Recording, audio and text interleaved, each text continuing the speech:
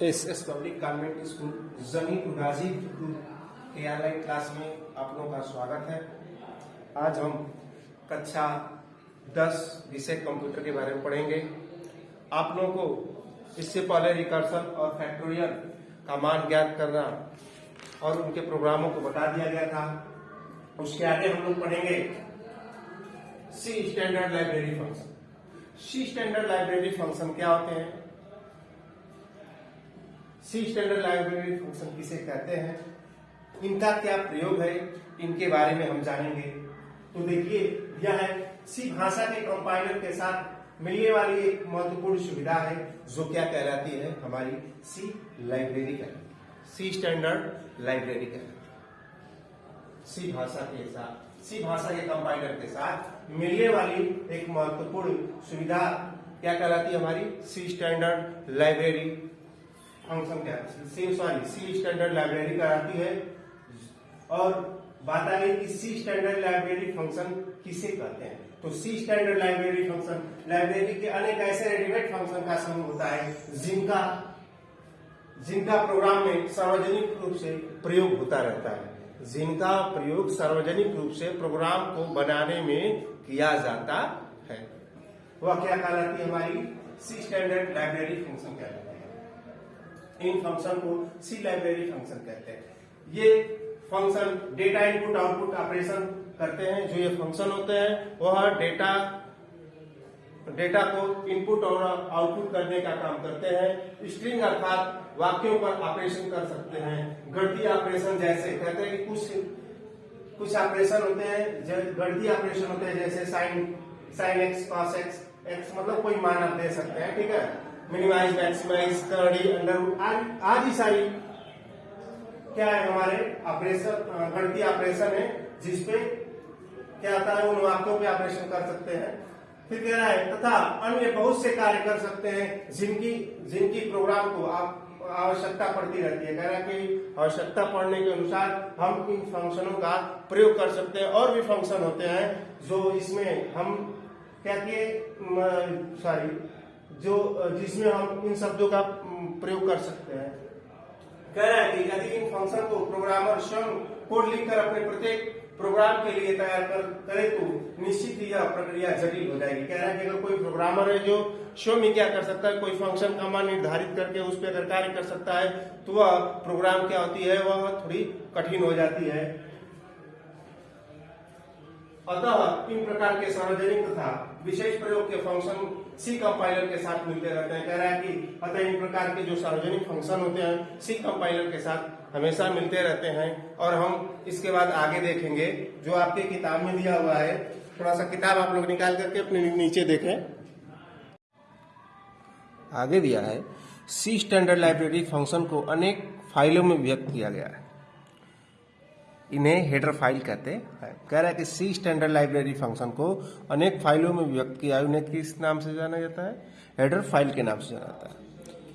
इनका file statement dot H होता है।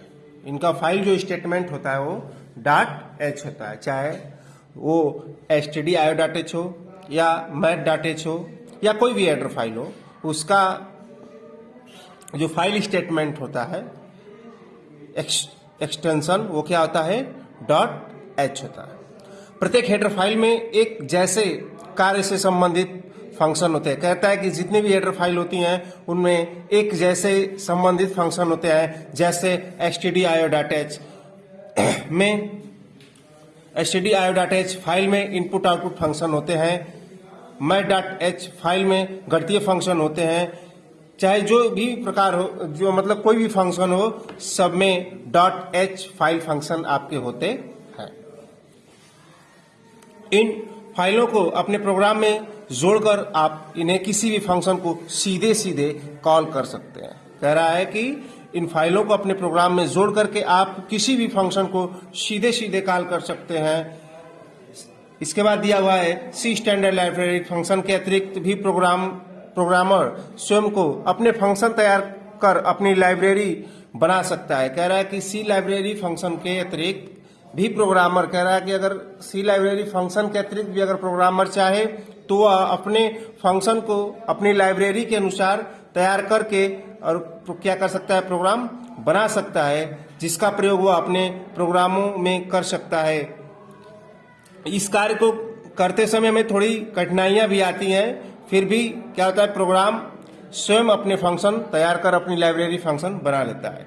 लाइब्रेरी फंक्शन की हेडर फाइल को प्रोग्राम में इस प्रकार जोड़ा जाता है, #include stdio.h या कोई हेडर फाइल हो गई, जैसे #include हेडर फाइल .h, या अगर उदाहरण के तौर पे अगर हमारे बुक में दिया हुआ है, जैसे मान लीजिए कि दो है, क्या है, पहला दिया है #include stdio.h। stdio का मतलब होता है कि स्टैंडर्ड इनपुट आउटपुट, जो ऊपर आप लोगों को हम वीडियो में बता चुके हैं। इसके बाद #include math.h, यह हमारे प्रोग्राम के ऊपर डिपेंड करता है कि हम कौन सी हेडर फाइल उपयोग करें। बहुत से प्रोग्रामों में हम 2-2 या 3-3 हेडर फाइलों का प्रयोग करके हम प्रोग्राम बनाते हैं। एक प्रोग्राम में एक से अधिक हेडर फाइल, देखिए नीचे दे भी दिया है कि एक प्रोग्राम में एक से अधिक हेडर फाइलों को भी जोड़ा जा सकता है। कुछ लाइब्रेरी फंक्शन उनके उद्देश्य तथा उनकी हेडर फाइल जो इस प्रकार से होती है, जैसे printf है, scanf है, getch है, pow है, d1 d2, इसके बाद log है, 10 sign है, string copy है, string length है, इसके बाद @oi है, topper है, to lower है, to upper and to lower भी है। देखिए जैसे है printf, इसकी जो हेडर स्कैनफ और गेट्स का जो हेडर फाइल होता है हमारा stdio.h होता है, जिसका उद्देश्य होता है डेटा को स्टैंडर्ड आउटपुट युक्ति स्क्रीन पर भेजो, कीबोर्ड से डेटा इनपुट लो, और getch का मतलब होता है कि कीबोर्ड से एक कैरेक्टर स्ट्रिंग मान इनपुट लो। मतलब कि जो stdio.h का मतलब यानी कि printf में डेटा को स्टैंडर्ड आउटपुट युक्ति यानी कि स्क्रीन पर भेजने के लिए निर्देश दिया जाता है। दूसरा होता है scanf, यानी कि इसका उद्देश्य होता है कीबोर्ड से डेटा इनपुट लेने के लिए। और इसके बाद होता है गेट्स का प्रयोग होता है, जो इसका उद्देश्य, इसका भी हेडर फाइल stdio.h होता है, जो कीबोर्ड से एक कैरेक्टर स्ट्रिंग इनपुट को लेने के लिए आदेश देता है। इसके बाद pow d1 d2, यानी कि इसकी जो हेडर फाइल होती है वो होती है math.h, log math.h, sign math.h, यानी कि pow d1 d2 में d1 और d2 का मान रिटर्न करने के लिए इसका प्रयोग किया जाता है। log में d का log बेस 10 रिटर्न करने के लिए कहता है, और साइन में आपका d का साइन मान रिटर्न करने के लिए कहता है। इसके बाद और सारे जो है इसी तरह से हैं, आप लोग अपने बुक में अध्ययन कर लीजिएगा। इसके बाद यहाँ पर कुछ हेडर फाइलों था उनके फंक्शन के नाम बताए गए हैं। इनके अतिरिक्त भी अन्य कोई हेडर फाइलें हैं जिनमें अनेक फंक्शन उपलब्ध कराए गए हैं, जिसको कि आगे बताया जाएगा। आप लोग पढ़ लीजिएगा, और जो क्वेश्चन नहीं आएंगे आप हमारे नंबर जो क्लास में बताए गए हैं उस पर आप कॉल करके इसे आप पुनः हमसे बात कर सकते हैं, पूछ सकते हैं। आज के लिए इतना ही, थैंक यू।